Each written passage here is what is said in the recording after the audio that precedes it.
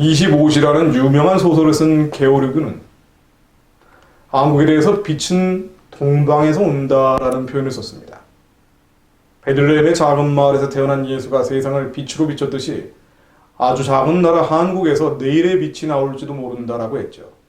왜 그랬을까요? 그는 고난을 지적했습니다. 이처럼 고난을 당한 민족이 없고 이처럼 고난을 번번이 이겨낸 민족이 없기 때문이라고 했죠. 마치 한민족은 욥과 같은 백성이라고 했습니다. 빛이 동방에서 한국에서 오게 될 미래를 그려본다라는 말도 했습니다. 그렇죠. 정말 많은 고난을 겪었죠. 5천년 역사에서 960번의 외침을 당했습니다. 5년에 한 번씩 외적들이 몰려왔는데요. 그럼에도 불구하고 살아남았습니다. 임진왜란 때도 병자호란 때도 이 민족이 멸절당하고 한반도는 남북으로 갈라질 수 있는 위기가 됐는데도 불구하고 살아남았습니다. 그리고 그 뒤에는 수많은 이해할 수 없는 기적들이 있었죠. 고난과 극복을 이해하기 위해서는 기적을 또한 이해해야 합니다. 그 기적은 하나님의 일반 계시에 의해 마치 언젠가 이 민족이 하나님께 쓰임받을 날이 올지 모른다는 주님의 마음이 대변된 것이라고 저는 믿습니다. 바로 그때를 예비해서인지 구한말부터 선교사들이 들어오기 시작하죠. 가장 먼저 들어온 사람들은 천주교 신부들이었습니다. 그리고 가장 많은 순교자들이 나왔죠. 천주교에서 가장 많은 순교자들, 그로 인해 성인이 되고 복자로 시복됐다고 하는데요. 한국이 가장 많습니다. 성인이 124명, 복자가 132명으로 추정되어 있죠. 천주교 박해 과정에서 10,000명 이상 순교한 곳이 바로 한국입니다. 신해박해, 신유박해, 기해박해, 병호박해, 병인박해. 그야말로 한국 사람들 고난 가운데 뭔가 절대적인 것, 초월적인 것을 쫓았고 드디어 성경이 들어오자 그것이 바로 하나님이라는 것을 믿기 시작한 것이죠. 천주교 순교자들의 기록을 보면 감동적인 장면들이 많습니다. 유중철 이순이라는 부부는 평생 결혼 서약을 하고 실제로 부부관계는 맺지 않았다고 하는데요. 죽으면서 유중철은 이순이에게 누이여 천국에서 만납시다 라면서 생명을 잃었다고 하죠. 1801년 신유박해 때 일입니다. 같은 신유박해 당시에 성녀로 추정되어 있는 고순이는 이런 이야기를 남겼다고 합니다. 이 은혜를 어이 갚을고 나는 천주를 위해 치명 생명을 드리니 그분에게 감사드릴 뿐입니다. 천주교 순교자들의 피가 흘려진 뒤 이제 본격적으로 개신교 선교사들이 들어옵니다. 가장 먼저 들어와 순교했던 이는 토마스 선교사죠.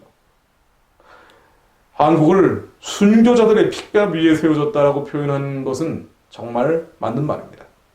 토마스 선교사, 미국의 상선인 제너럴 셔머노의 항해사 겸 통역사로 탑승해서 조선에 왔는데요.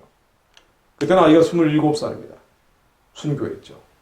1928년 토마스 목사전을 쓴 오문환 장로는 그가 죽는 당시 광경을 목격했던 한 청년으로부터 전해들은 이야기를 적고 있습니다. 그 책에 보면은요, 토마스는 죽기 전에 홀로 뱃머리에서 용감하게도 야소로 외치고 남은 성경을 뿌렸다라고 되어 있습니다. 이 말이 전해들은 것인지 아니면 목격한 것인지 그 진위 여부를 떠나서 아무것도 알지 못하는 조선 땅에 와서 복음을 전하기 위해 왔고 죽었던 토마스 선교사의 피는 더 많은 선교사들을 불러들이는 촉매가 됩니다. 이후에 미국과의 문호가 개방됐고요. 선교사들이 합법적으로 조선에 들어올 수 있게 됐죠. 언더우드 아펜젤러, 사무엘 모펫 등 초기 선교사들이 일어나면서 평양 대부흥도 준비되기 시작합니다. 25살에 순교한 루비 캔드리 선교사 유명하죠. 인천에서 생명을 잃었는데요. 그는 마지막에 부모에게 순교를 각오한 편지를 남기기도 했습니다. 그리고 만일 나에게 1000개의 생명이 있다면 그 모두를 한국에 바치겠다라는 말을 했죠. 정말 조선이라는 나라는 들어보지도 못했을 텐데요. 그럼에도 불구하고 그 영혼들을 구원하기 위해 자신의 생명을 버립니다. 이 땅의 정욕과 탐심을 채우기 위한 기복 종교가 아니라 하나님의 선하고 기쁘고 온전하신 뜻을 이루기 위한 하나님의 일꾼들, 예수의 제자들이 조선 땅에 들어오기 시작한 겁니다. 언더우드 선교사 26살에 드디어 조선의 발에 딛게 됩니다. 주여, 지금은 아무것도 보이지 않습니다. 보이는 것은 고집스럽게 얼룩진 어둠뿐입니다. 그러나 믿음은 바라는 것들의 실상이요 보지 못하는 것들의 증거니 주님의 말씀을 믿으며 또한 조선의 믿음의 앞날을 믿습니다. 지금은 경계와 의심과 멸시, 예배당도 없고 학교도 없고 캄캄하고 어둡지만 언젠가 이곳이 은총의 땅이 될 것을 믿습니다.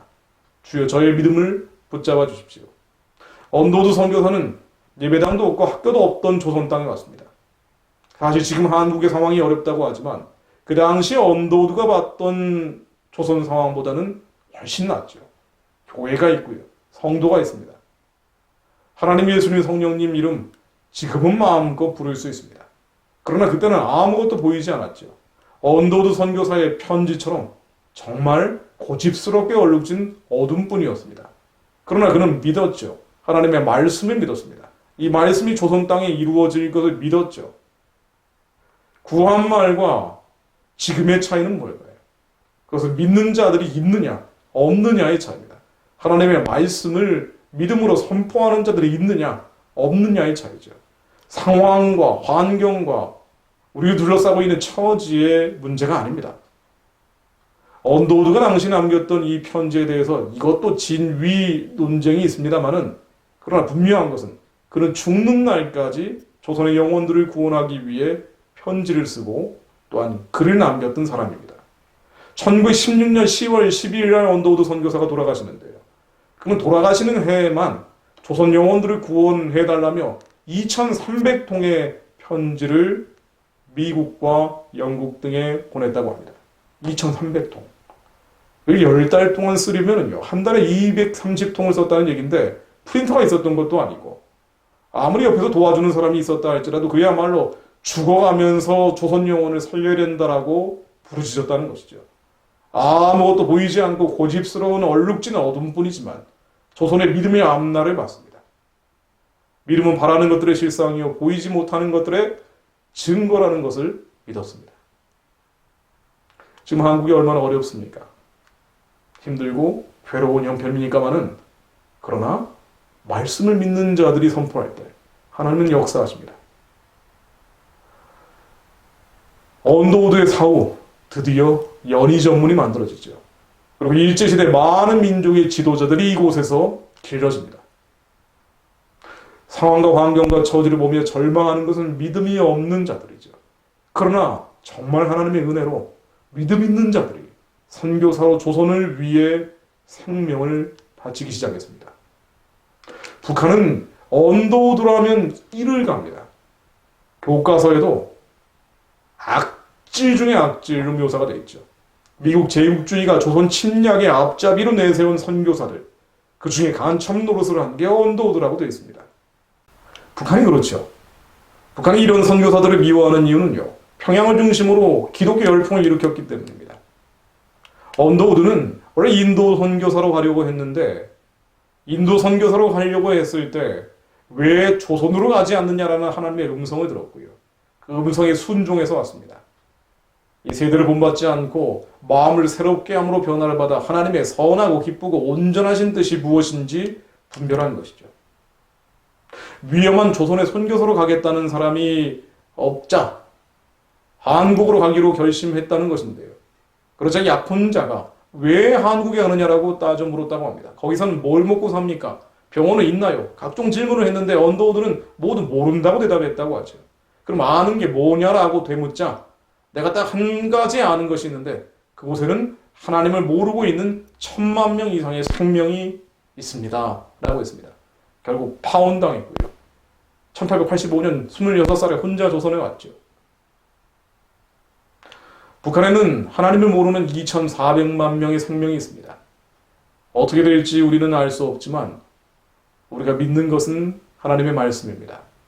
언더우드가 믿었던 것처럼 복음의 앞날이 올 것이라고, 하나님의 말씀이 언젠가는 이 민족 가운데 응할 것이라 믿으며 눈물을 흘리며 씨앗을 뿌리고, 그리고 그 후손들이 기쁨으로 단을 거뒀던 것처럼 지금 아무것도 보이지 않는 상황이지만 하나님의 말씀을 믿으며 그 믿음으로 눈물 흘리며 씨앗 뿌리는 이들이 있을 때 반드시 기쁨으로 단을 거두게 될 것입니다. 이 많은 선교사들의 핏값 위에 세워진 대한민국의 역사를 앞으로 하나씩 조명하며 이 민족 역사 속에 하나님의 섭리하심을 더 깊이 들여다보려고 합니다.